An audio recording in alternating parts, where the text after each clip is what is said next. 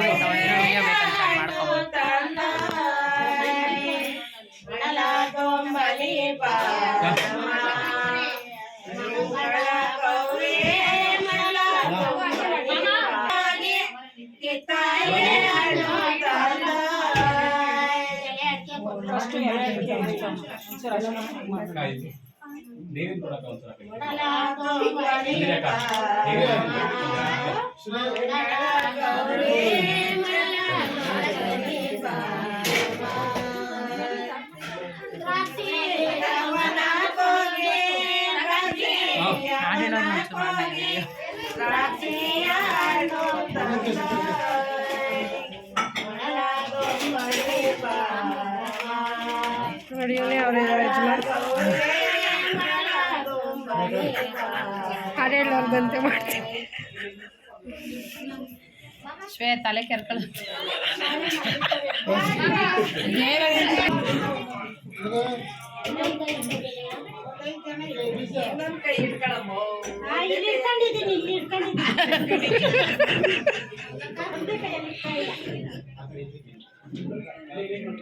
ಎಷ್ಟಕ್ಕೆ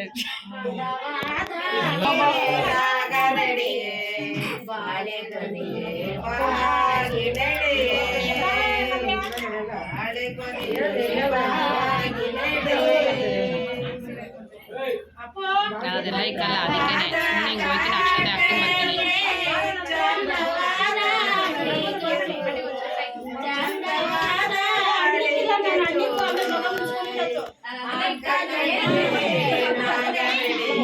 ಮಗು ಕೆಂಪು ಕೆಂಪು ಗುಟ್ಟಿ ಅಂತ ಎಲ್ಲ ಕೆಂಪವಾಯ್ತು ಅವ್ಳು ಶೇಳು.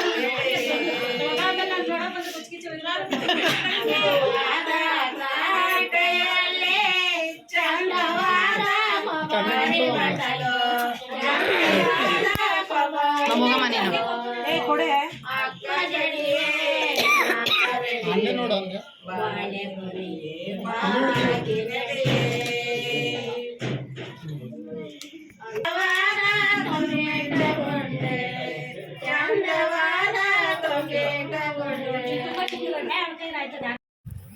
ಹಾಗೆ ನಾವೆಲ್ಲ ಶಾಸ್ತ್ರ ಎಲ್ಲ ಮಾಡಿಕೊಂಡು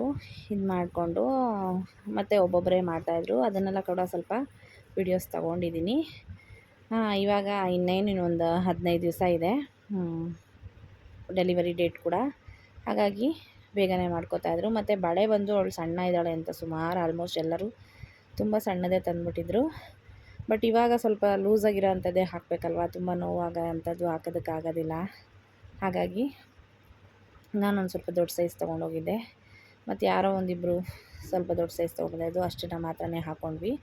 ಎಲ್ಲರೂ ಕೂಡ ಶಾಸ್ತ್ರ ಎಲ್ಲ ಮುಗಿಸಿ ಮಡ್ಲು ತುಂಬಿ, ನೀವು ನೋಡ್ತಾ ಇರ್ಬೋದು ಅಲ್ಲಿ ಸಾಂಗ್ ಆಡ್ತಾ ಇರ್ತಾರಲ್ಲ ಊರಲ್ಲಿ, ಅವ್ರದ್ದು ಕೂಡ ನಾನು ವೀಡಿಯೋಸ್ನ ಮಾಡ್ಕೊಂಡಿದ್ದೀನಿ. ಮತ್ತು ಇದು ಬಂದು ತಿಂಡಿ ಸಾಮಾನಂತೂ ನಮ್ಮ ಅತ್ತೆ ಪಾಪ ಹುಷಾರಿಲ್ಲ ಅವ್ರಿಗೆ, ಆದರೂ ಕೂಡ ಪಾಪ ಕೆಲಸದಿಂದ ಬಂದು ಎಲ್ಲನೂ ಕೂಡ ಮನೆಯಲ್ಲೇ ಮಾಡಿದ್ದಾರೆ. ಅಂಗಡಿಯಿಂದ ತರ್ತೀವಿ ಅಂತ ಹೇಳಿದ್ರಂತೆ, ಬೇಡ ಮನೆಯಲ್ಲೇ ಮಾಡೋಣ ಅಂತ ಅಂದ್ಬಿಟ್ಟು ಅಂದರೆ ಸ್ವಲ್ಪ ಕಜ್ಜಾಯ ಚಕ್ಲಿ ಇಂಥವನ್ನ ಆಚೆ ತೊಗೊಂಡು ಬಂದಿದ್ದಾರೆ. ಇನ್ನು ಮಿಕ್ಕಿದೆಲ್ಲ ತಂದುಬಿಟ್ಟು ರವೆ ಉಂಡೆ, ಕಡಲೆ ಉಂಡೆ, ಪುರಿ ಉಂಡೆ ಈ ಥರ ಎಲ್ಲ ಮಾಡ್ತಾರಲ್ಲ, ಪ್ರತಿಯೊಂದನ್ನು ಕೂಡ ಮನೆಯಲ್ಲೇ ಮಾಡಿದ್ದಾರೆ. ಚೆನ್ನಾಗಿ ಮಾಡಿದರು ಕೂಡ.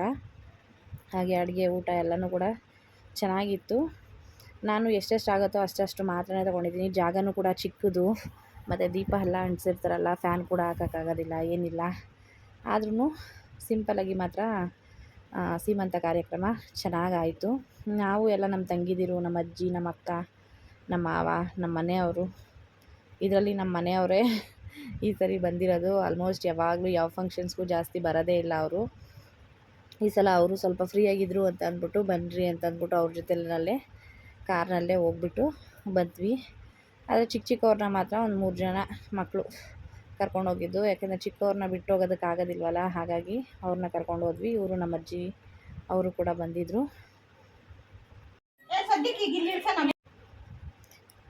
ಹಾಗೆ ಮುಯ್ ಕವರ್ನೆಲ್ಲ ಯಜಮಾನ್ರ ಕೈ ಕೊಡ್ತಾ ಇದ್ದಾಳೆ.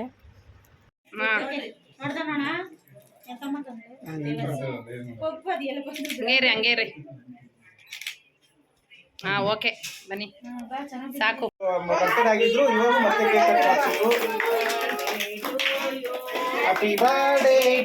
ಹಾಗೆ ಸೀಮಂತ ಫಂಕ್ಷನ್ ಎಲ್ಲ ಮುಗೀತು. ಇದು ನಮ್ಮ ತಂಗಿ ಪಾಪು ಬಂದು ಒಂದು 2-3 ಡೇಸ್ ಮುಂಚೆ ಅವಳದು ಬರ್ತಡೇ ಇತ್ತು.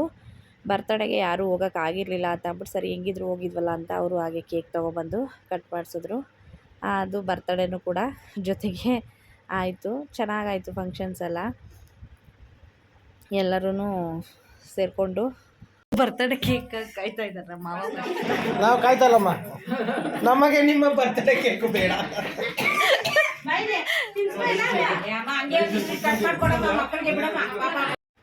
ಹಾಗೆ ಅಲ್ಲೇ ನಮ್ಮ ಅತ್ತೆ ಮನೆ ಪಕ್ಕದಲ್ಲೇ ಮೈಲಾರಲಿಂಗೇಶ್ವರ ದೇವಸ್ಥಾನ ಇದೆ. ಆ ದೇವಸ್ಥಾನಕ್ಕೂ ಕೂಡ ಹೋಗಿದ್ವಿ. ಹಾಗೆ ಅಲ್ಲಿಂದ ಕೂಡ ಸ್ವಲ್ಪ ಕ್ಲಿಪ್ಪಿಂಗ್ಸ್ನ ತೊಗೊಂಡಿದ್ದೀನಿ.